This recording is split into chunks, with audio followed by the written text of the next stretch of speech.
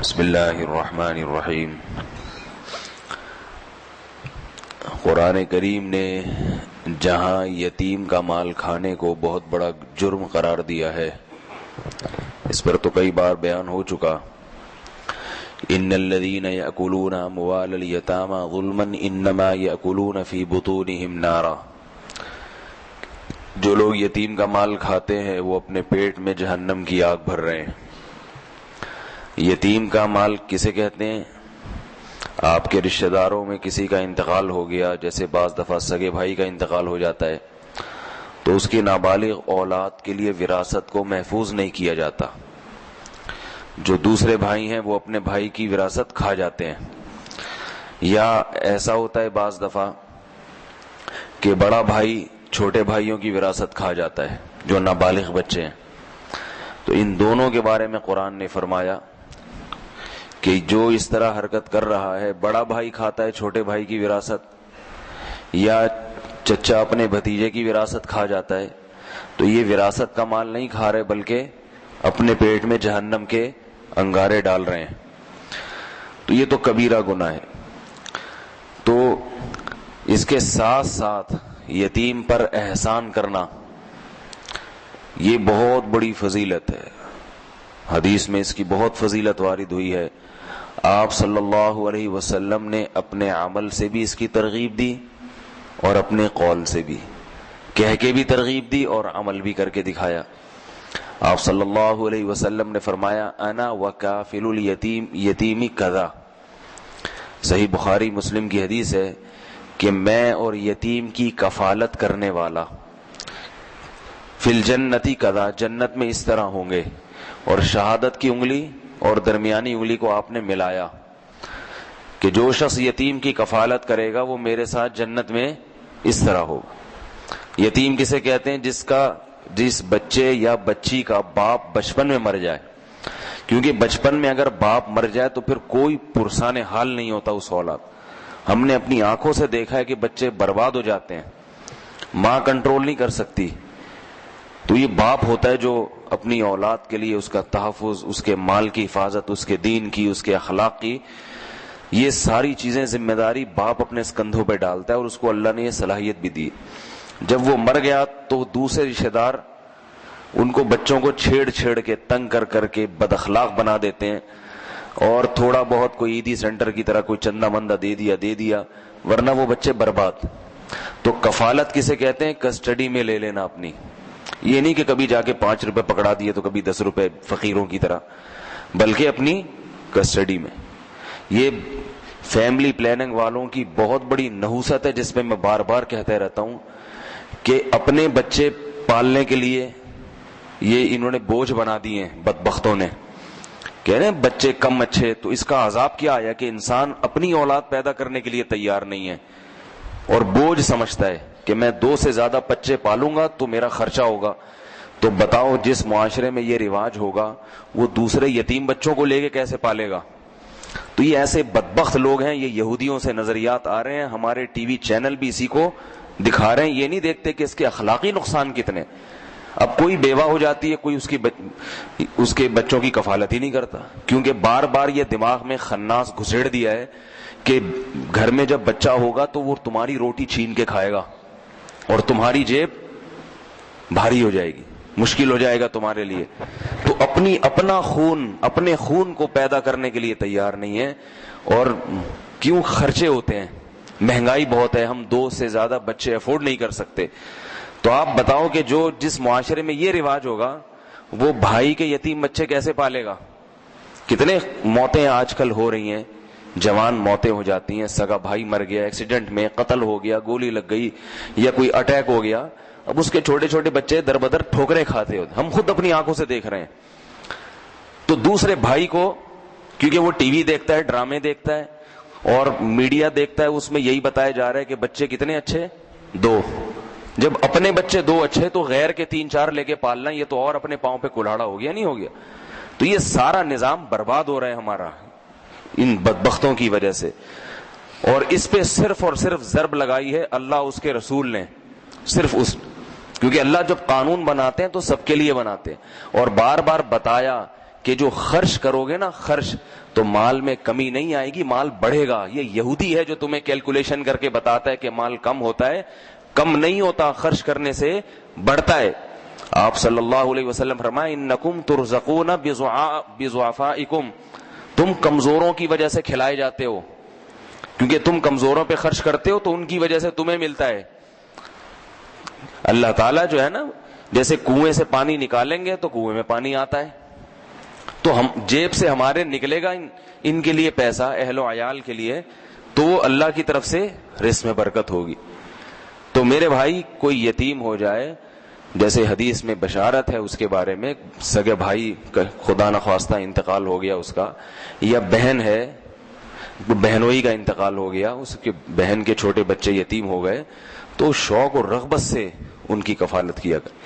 زیادہ بچے ہیں تو چلو ایک دو بچہ لے کے پال لو, ٹھیک ہے نا, اب اتنا حوصلہ نہیں, اتنا توکل نہیں, ایک اپنی کسٹڈی میں, بھائی یہ بچہ آج سے میرا ہو گیا, ٹھیک ہے نا, اب یہ میرے بچوں کی طرح ہے. تھوڑا سا ظرف پیدا کریں. قرآن نے کیسے عجیب الفاظ ہیں, فرمایا وَلْيَخْشَ الَّذِينَ لَوْ تَرَكُوا مِنْ خَلْفِهِمْ ذُرِّيَّةً ضِعَافًا خَافُوا عَلَيْهِمْ. فرمایا دیکھو کہ تمہارے بھی چھوٹے بچے ہیں, تمہارے بھی اولاد ہے, اگر تم مر گئے, تم آج مر جاؤ, تو کیا تم چاہو گے کہ تمہارے رشتے دار اس اولاد کو ایسے ہی چھوڑ دیں؟ تم چاہو گے؟ اور چندے لے لے کے بھیک زکات فطرانے جمع کرتے رہے ان کے لیے, یہ چاہو گے؟ یا تم یہ چاہو گے جیسے میں مر جاؤں تو میرے رشتے دار میرے ان بچوں کو ایسی عزت دیں جیسے میں دنیا میں دے رہا تھا؟ تو جب تم یہ چاہتے ہو تو اگر تمہارے قریبوں میں سے کوئی مر جائے اور تمہارے کوئی بچہ یتیم ہو جائے تو تم اس کو بھی باپ کی کمی محسوس نہ ہونے دو. سمجھ میں آ رہی ہے بھائی بات کہ نہیں آ رہی؟ تو اللہ کے رسول صلی اللہ علیہ وسلم نے ایک دوسری حدیث میں فرمایا انا وکافل الیتیم کذا فی الجنہ لہو او لغیرہ او کما قال صلی اللہ علیہ وسلم. فرمایا کہ چاہے وہ یتیم اس کے اپنے قریبی رشتہ داروں میں سے ہو یا غیر ہو, جو بھی کفالت کرے گا تو میرے ساتھ جنت میں ایسے اکٹھے ہوگا. اور رشتہ دار یتیم کی جو کفالت ہے یہ ڈبل ثواب ہے, ایک تو صلہ رحمی ہے, رشتہ داری جڑتی ہے اس سے. دوسری بات, آپ صلی اللہ علیہ وسلم نے اپنے عمل سے بھی ترغیب دی ہے. ایک روایت میں آتا ہے, مجھے اس حدیث کی سند کی پوری تحقیق نہیں ہے, لیکن ایک بچپن میں حدیث پڑھی تھی کہ جس نے یتیم کے سر پہ ہاتھ پھیرا, یتیم بچے کے سر پہ, بچہ ہو یا بچی ہو, تو ہاتھ کے نیچے جتنے بال آئیں گے اللہ اتنی نیکیاں اسی وقت عطا کریں گے اس کو. اور آپ صلی اللہ علیہ وسلم نے خود بھی اس پہ عمل کیا ہے. بتاؤ محمد صلی اللہ علیہ وسلم سے زیادہ مسکین غریب کون تھا؟ ہے بھائی, یہ فیملی پلاننگ والے بدبخت ہوتے تو یہ تو ہمیں کہہ رہے ہیں نا, ہم تو صبح شام کباب پراٹھے کھا رہے ہیں, ابھی سحری میں کیا کیا نہیں کھایا اور افطاری میں کیا کیا نہیں رکھا ہوگا. یہ غریبوں کے حالات ہوتے ہیں, پکوڑے الگ, سموسے الگ, اور دہی بڑے الگ, اور جلیبیاں الگ, اور کھانا الگ, اور پھر مغرب کے بعد کھانا الگ, اور عشاء کے بعد کھانا الگ. پھر بھی بھوکے ننگے رہتے ہیں ہر وقت, پھر بھی بھوکے کہ نہیں اولاد نہ ہو ہماری, خرچہ ہو جاتا ہے آج کل, اولاد نہ ہو, اولاد نہیں چاہیے ہمیں. تو اولاد روکو, بریک لگاؤ. یاد رکھو علماء نے لکھا ہے کہ رزق کی تنگی کے خوف سے نسل روکنا یہ کبیرہ گناہ ہے. رزق یہ اللہ پہ الزام ہے, یہ اللہ پہ الزام ہے. آپ اللہ پہ الزام لگا رہے ہو کہ وہ اللہ نہ مجھے پالا, اس نے مجھے بھی بھوکا ننگا رکھا, اور اب میری اولاد ہوگی تو اس کو بھی مار دے گا ایسے ہی. تو یہ کہاں میڈیا آپ کو لے کے جا رہا ہے, ان کی باتوں میں نہ ہو. دیکھو سب سے مسکین کون تھے؟ محمد صلی اللہ علیہ وسلم. کھانے کو روٹی نہیں, گھر میں آتے تھے تو یہ نہیں پوچھتے تھے کہ کیا پکائے. ہم جب گھر میں آتے ہیں تو یہ پوچھتے ہیں کیا پکائے. جب نبی گھر میں آتے تھے پوچھتے تھے کچھ ہے یا نہیں ہے.